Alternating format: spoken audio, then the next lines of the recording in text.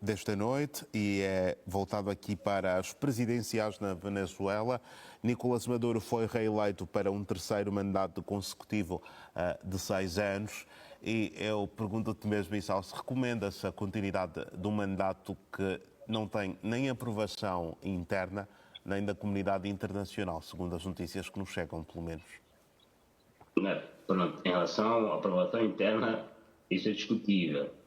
Em relação à internacional, bem, ela pode dar a tal legitimidade internacional, mas isso também depende da vontade do governo. Se o governo não quiser ter legitimidade internacional, a comunidade internacional conta pouco. Basta ver, por exemplo, em regimes ditatoriais abertos, né? Ou regimes autoritários abertos ou tidos como tais. Essas pessoas chegam ao poder, não querem saber se o Estado já, B ou C, dizem que o governo é ilegítimo, né? Ou seja, a legitimidade internacional depende muito do Estado, do governo que se instaura após eleições. Se essa instauração acontece através de uma eleição fraudulenta, por vista ter o apoio internacional que não tem a partir do apoio interno, ali sim o Estado vira-se para o exterior para poder ter este apoio. Mas se tem o apoio interno, enfim, o apoio externo é quase que inútil também, não é? Mas o caso concreto da Venezuela é bastante interessante, mesmo até do ponto de vista do estudo das teorias eleitorais, dos resultados eleitorais, da perpetuação do poder, de regimes de esquerda, revolucionários da América Latina e não só, porque, ao fim e ao cabo, isto é uma continuação da Revolução Chavista, não é?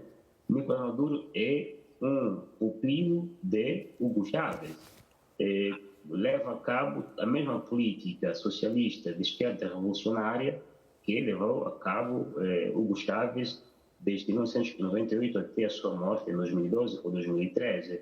Chega ao poder e continua a fazer os mesmos processos, por exemplo, no que toca, por exemplo, à revisão da Constituição, o mesmo também fez Hugo Chávez, no que toca à nacionalização das principais fontes energéticas ou os principais ativos econômicos do Estado, e também, sobretudo, a conflitualidade perpétua que tem com os Estados Unidos, não é? As sanções também foram impostas sobre o governo de Hugo Chávez, agora também foram impostas sobre o governo de Nicolás Maduro. Ou seja, é uma continuação de um governo de esquerda revolucionária, e aqui a ideia da revolução é de se opor à intenção ou à percepção de que naquele hemisfério geopolítico exista uma mão invisível que influencia a vida política dos Estados, não é?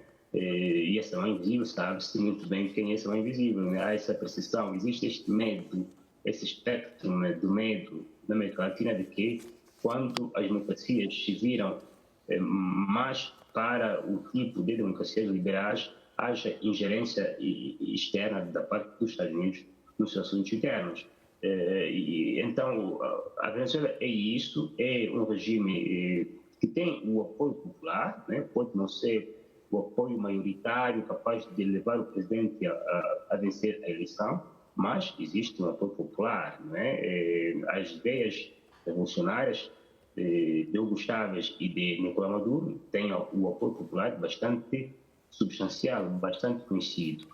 E também depois, mesmo no que toca, por exemplo, à problemática das lideranças da oposição, que contestam o poder com Nicolás Maduro, é sempre um elemento também quase comum a essas lideranças, que parecem ser lideranças que vêm do topo e não vêm das bases, e quando chegam à eleição, ganhando ou perdendo essa eleição, evocam sempre a fraude eleitoral. Não estou a dizer que a fraude seja justa ou injusta, mas é uma característica comum entre elas.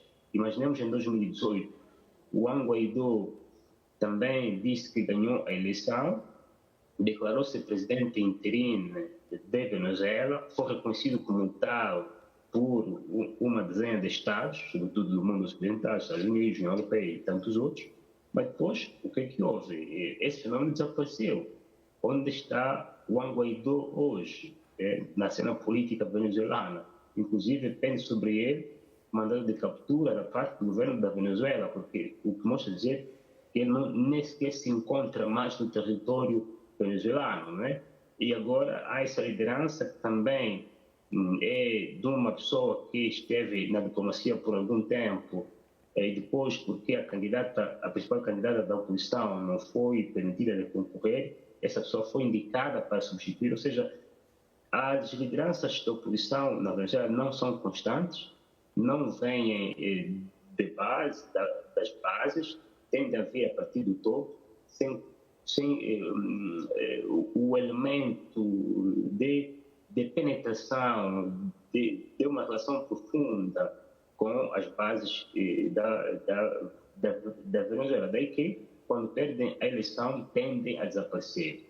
E Nicolás Maduro continua no poder, né? O que poderá acontecer aqui é o que já aconteceu em 2018.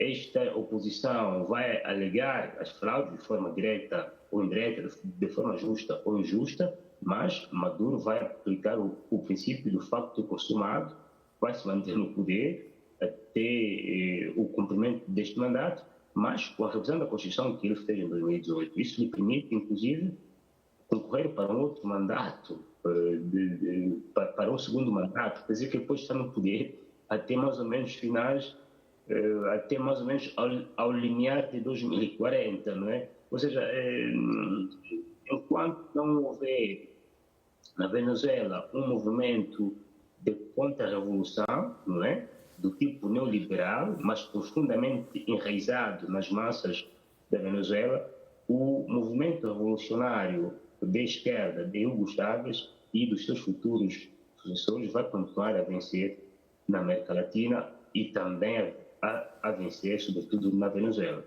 Os outros estados da América Latina, sobretudo os de direita, vão continuar a criticar a manutenção do poder de Hugo Chávez, vão continuar a acusar como sendo um ditador, mas já os de esquerda tenderão a ter uma posição bastante moderada. Também esta dialética da América Latina, que quase que a verdade parece estar intimamente relacionada com o tipo de ideologia que se professa.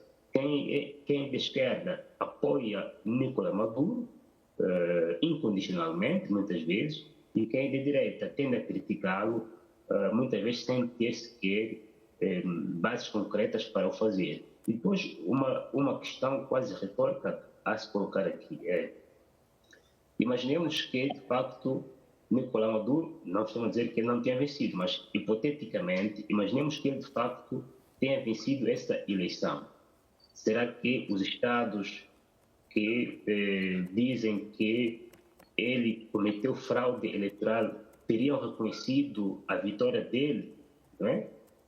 Porque também essa questão retórica, quase radicada na percepção, quase como se diz, quase na ideia já preconcebida de que qualquer eleição que aconteça em Venezuela, se for vencida por Nicolás Maduro, é fraude eleitoral.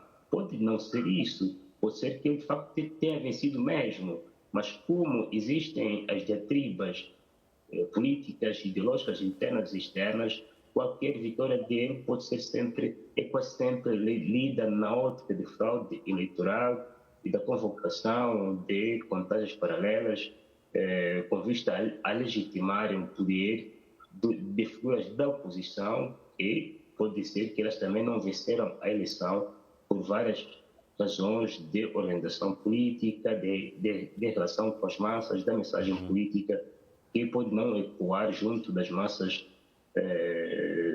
venezuelanas, que de consequência preferem dar o poder e o voto popular e a confiança popular a Nicolás Maduro. São desenvolvimentos que nós vamos ter